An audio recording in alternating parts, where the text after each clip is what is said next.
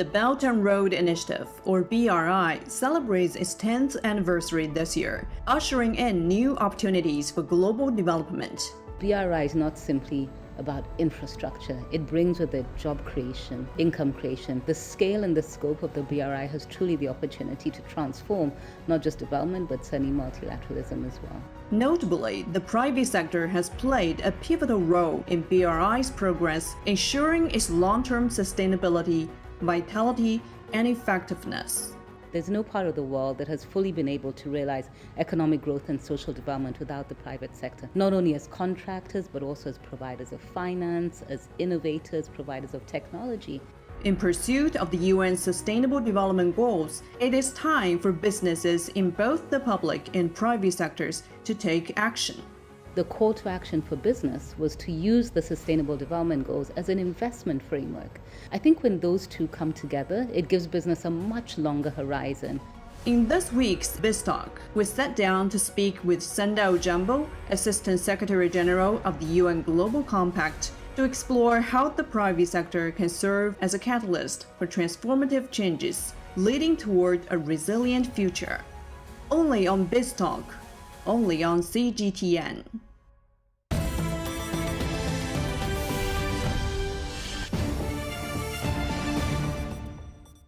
Hello and welcome to this special edition of Biztalk, where we delve into the Belt and Road Initiative and the pivotal role of the private sector. We will explore how businesses participating in the BRI can drive innovation, stimulate economic growth, and facilitate the development of sustainable infrastructure. Our featured guest is Sanda Ojiambo, Assistant Secretary General and CEO and Executive Director of the UN Global Compact, the world's largest corporate sustainability initiative. With her extensive experience and leadership in promoting sustainable development and responsible business practices, Ms. Ojiambo has played a crucial role in advancing the United Nations goals. Well, thank you so much for joining us in the studio today. So, Ms. Ojiambo, let's talk about the Belt and Road Initiative, which is celebrating the 10th anniversary. How important is engagement with the private sector to the initiative's success? Yeah. Well, thank you for having me, Guan, and it's a real pleasure to be with you for this important conversation. As you mentioned, it's the marking of the 10th anniversary of that, and there's been tremendous engagement. I think $1 trillion of investments in Belt and Road projects, over 3,000 projects around the world, from places as diverse as Serbia, as Argentina, as Ghana, for example, and Pakistan. So it's really great to see the impact that the Belt and Road Initiative has had.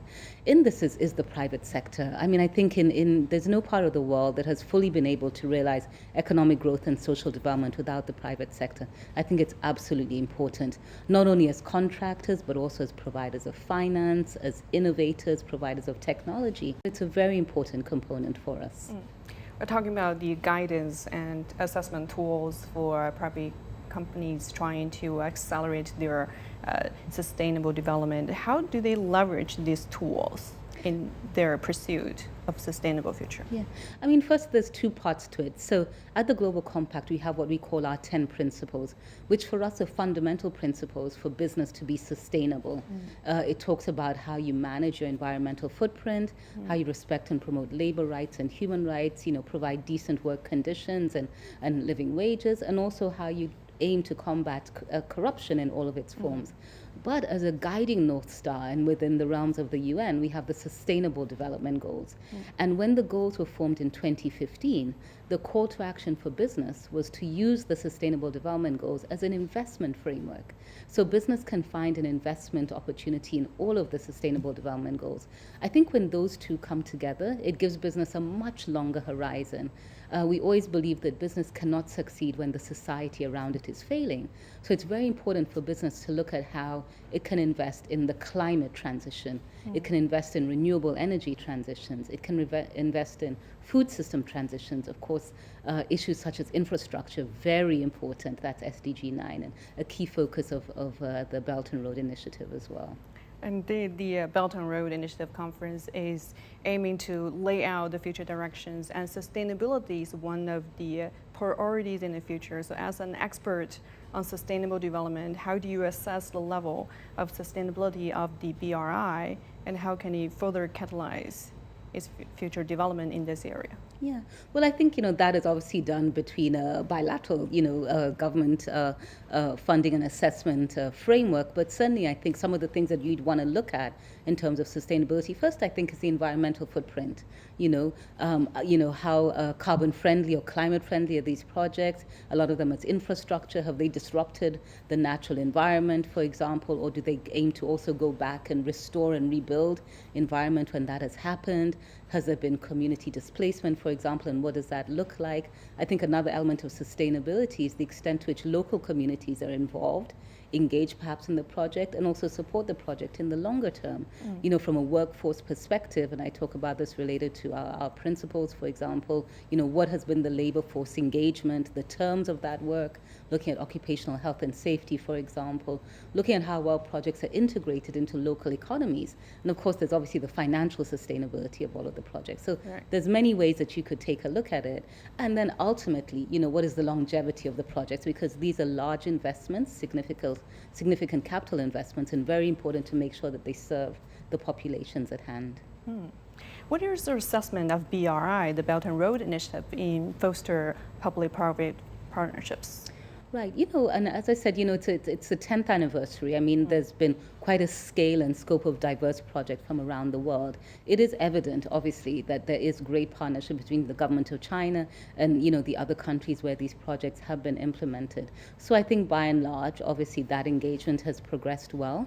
I can't speak to all of the public-private engagement, and I think it's very clear the private sector has been engaged. And I think some of the things we heard from the steering committee on which I sit is there's certainly more opportunity as we look forward to engage more local and national companies in the BRI, in the construction, in the longevity, and the sustainability. And that was one of the issues raised by a number of the steering committee members that we have.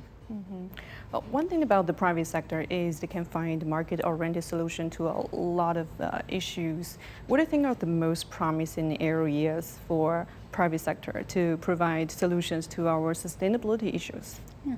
I mean, there's a number. For sure, first of all, technology is really driving a lot of the opportunities in the world. And I think, it ranges from where you sit in the world, AI and, a lot of quantum computing solutions can really help move forward on issues that are more advanced, on healthcare, on financial inclusion, certainly on envisioning what the future of the world looks like.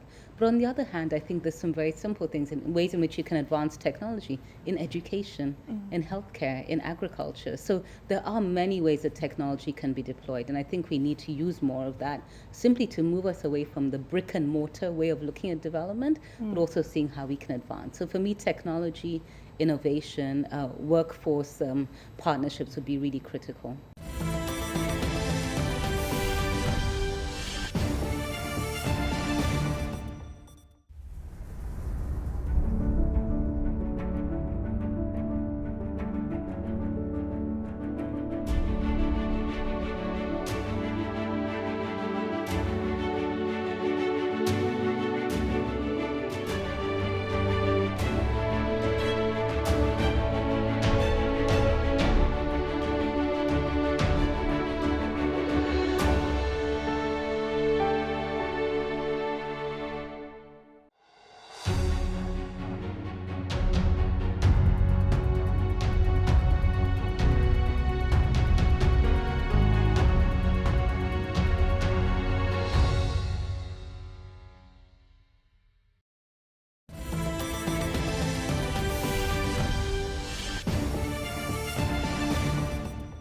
Let's turn to international cooperation. As the world emerges from the pandemic, many economies are hit hard during the past 3 years.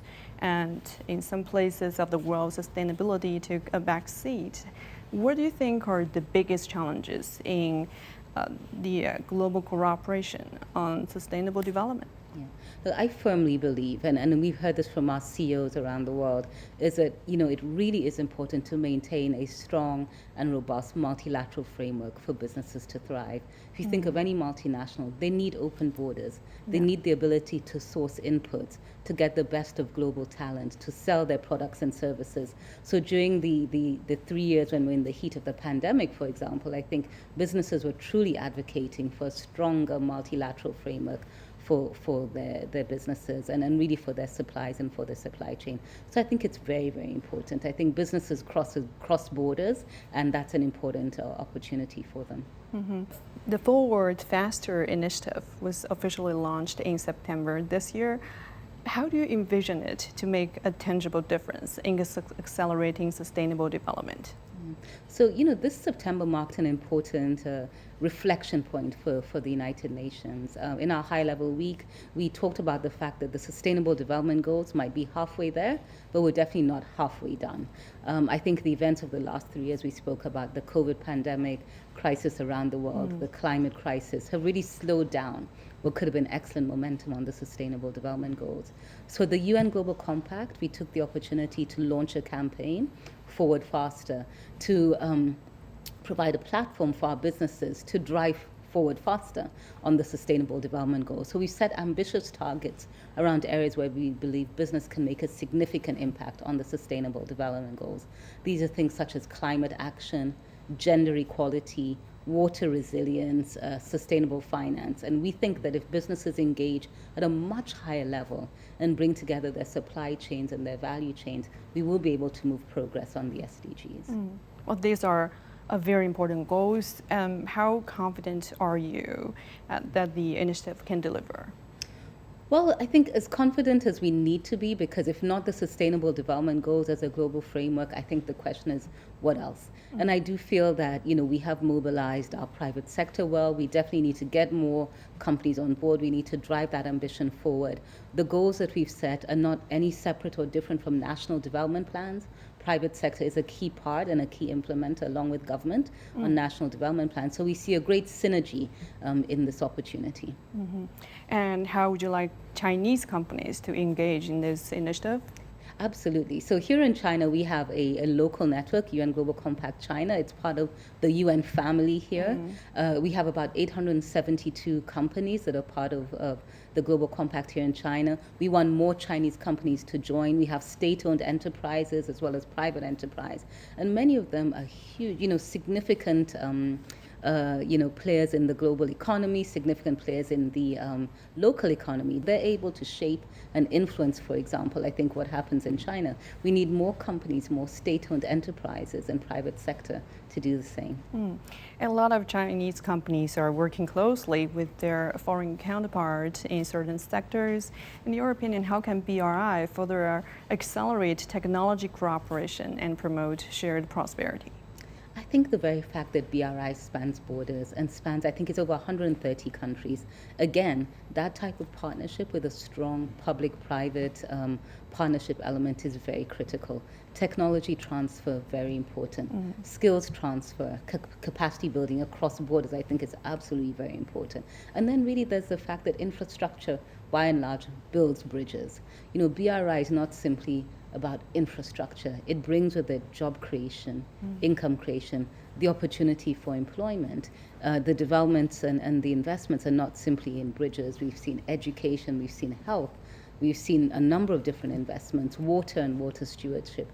So I think the scale and the scope of the BRI has truly the opportunity to transform not just development, but certainly multilateralism as well. And a lot of Chinese companies are investing in Africa, which has enormous potential for sustainable development.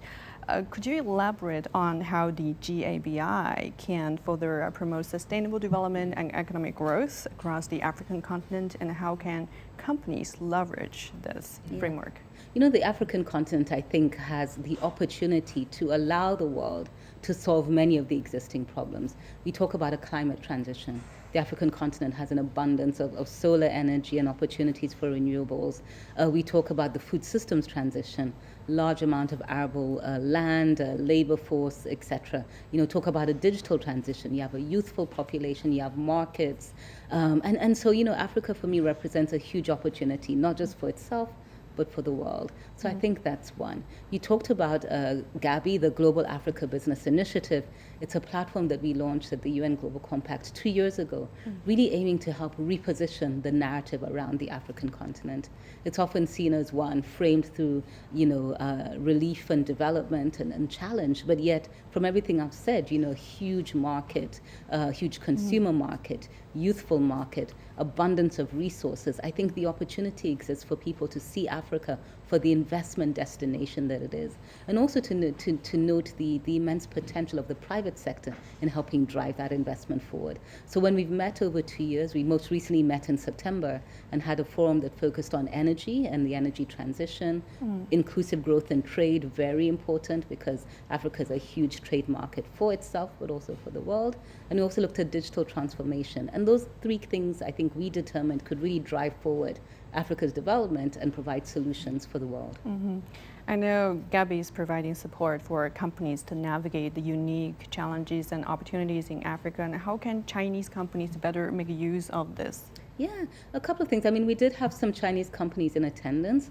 We do feel that, Gabby is not only about Africa, it's about people who partner with Africa and who invest in Africa. We do want to see the platform and the engagement grow much larger. Again, we've already talked about some of the relationships between China and many countries on the African continent.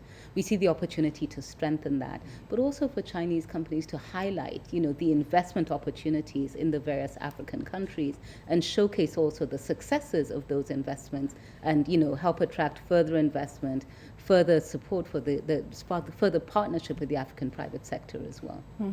And one thing is particularly needed is financing. And how can the government better mobilize the private investment into sustainability areas? Very important. I think, we've talked a lot about the need to really raise the amount of investment capital that is important, not simply financing projects or, but really investing in what is the potential.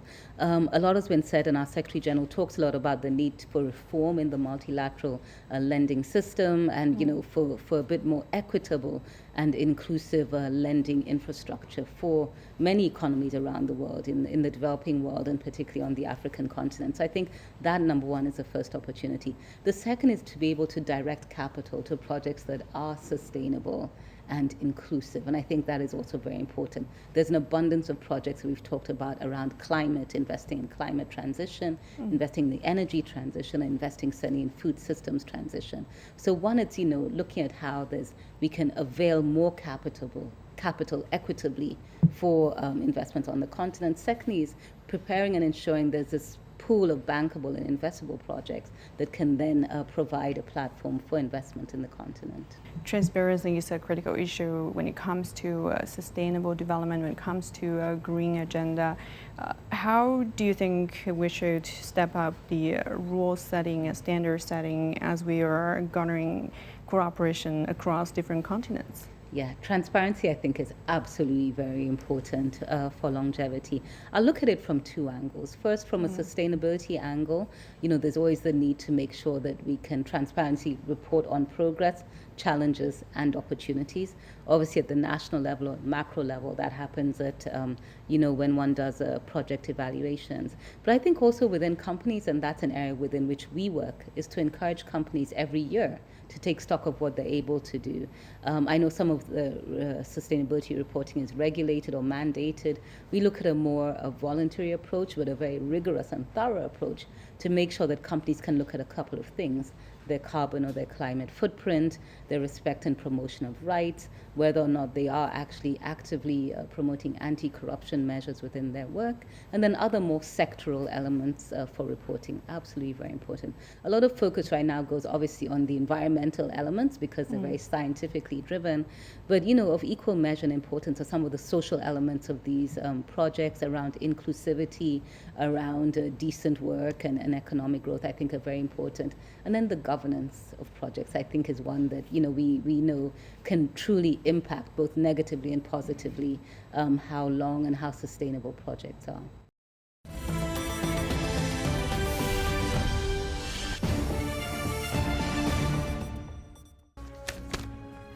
We're stepping out of the studio to take you on a brand new journey along the Belt and Road. With a mission to record how the initiative has changed lives and livelihoods. We travel to over 20 countries. Приведем репортажи из Алматы, Казахстан, à Dubaï, aux Émirats Arabes Unis, desde las calles de Río de Janeiro, للمشاريع في داكا, Bangladesh. We document not only infrastructure along the Belt and Road countries, but also cultural links that bound the community with a shared future. stories of how they promote growth and improve lives. We invite you. Only on our special series of the New Silk Road.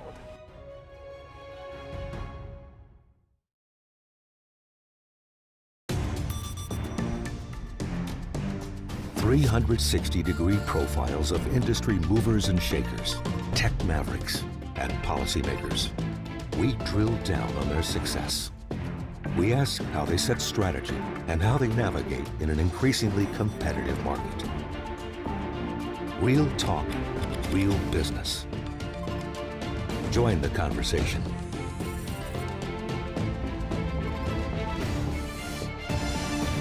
Biztalk, only on CGTN.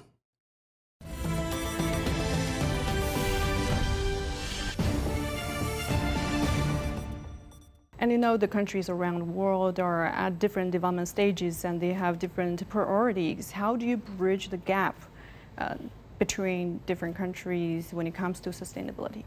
Right. You know, I think for us, standards are standards. I don't think you can say one country can have lesser ambition on climate than others. We live in one world. And, you know, if there's a climate crisis on one part of the world, we actually feel it on the other side as well. When there's political instability on one side of the world, we feel it globally. The world is a village, and it's a very small village. You know, look at the pandemic, for example. No matter where you were in the world, we were all impacted. The current climate crisis plays out every day in different countries in the same way.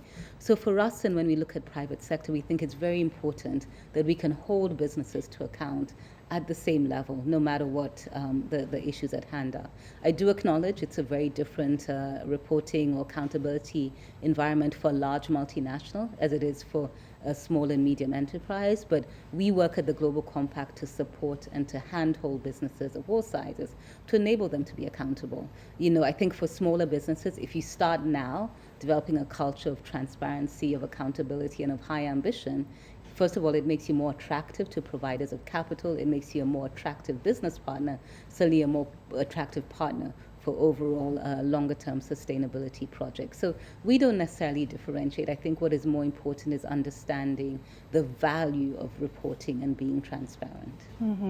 And there are talks about climate justice, and some countries are disproportionately affected by the climate crisis. Do you think that developing countries and developed countries have their different share of responsibility and financially because they're different economy? Yeah, and that's one where I think, you know, in the climate conferences, the COPs as we call them, that debate comes up. As you may recall in the last forever. COP, it goes on for a while. As you may recall in the last COP in Sharm el-Sheikh, the question of loss and damage ultimately came up. We hadn't even scratched the surface on the adaptation funding. And of course, there's the big climate mitigation debate. There's also climate financing. It's a broad continuum.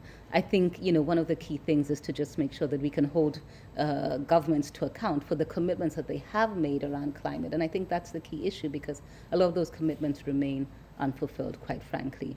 Earlier in September, I was in the Africa Climate Summit, where African leaders came together to really advance a position around climate and climate action for the African continent. It was very clear, indeed, there are unfulfilled commitments, but I think from the African continent, the leadership spoke and said they have a desire for Africa not to be viewed as a victim, but simply as an investment solution for this very important climate crisis.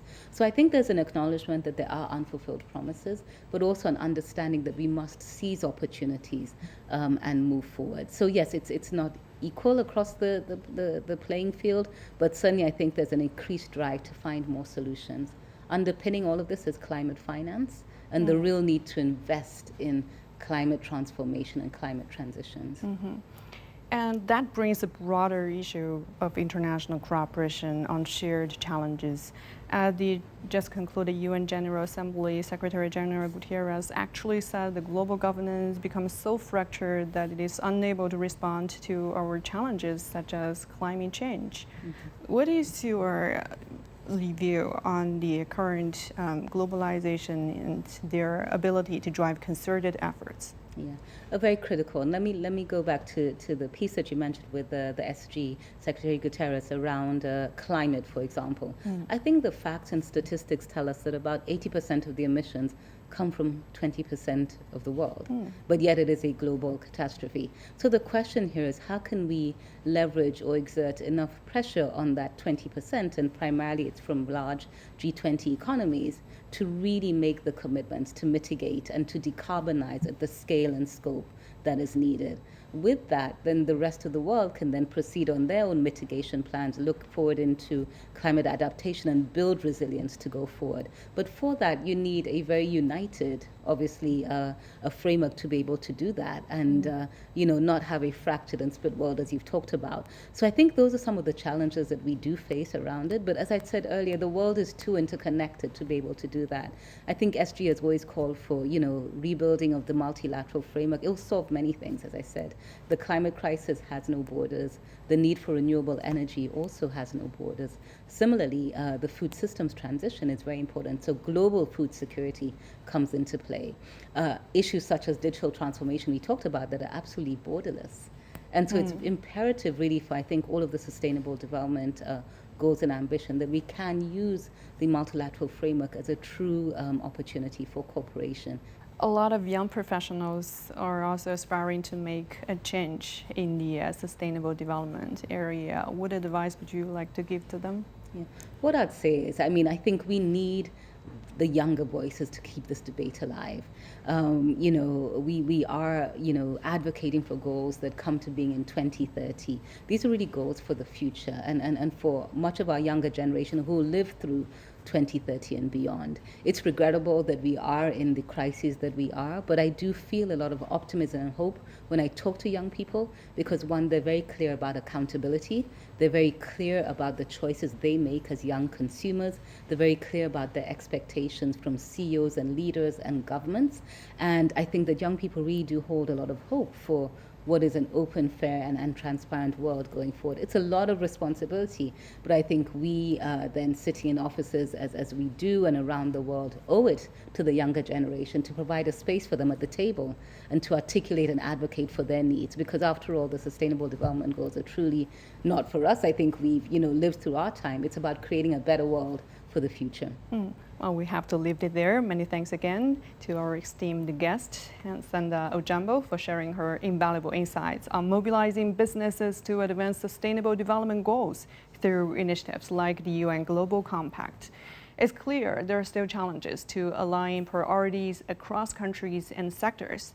But through open dialogue and collaborative action, the private sector can act as a catalyst for transformative changes towards a resilient future. And the Belt and Road Initiative demonstrates the amplifying effect when governments, companies, and communities come together around a shared vision. And that's all for this special edition for Biztalk, exploring the Belt and Road Initiative and the critical role of private sector engagement. Thank you for being with us. Until next time, bye for now.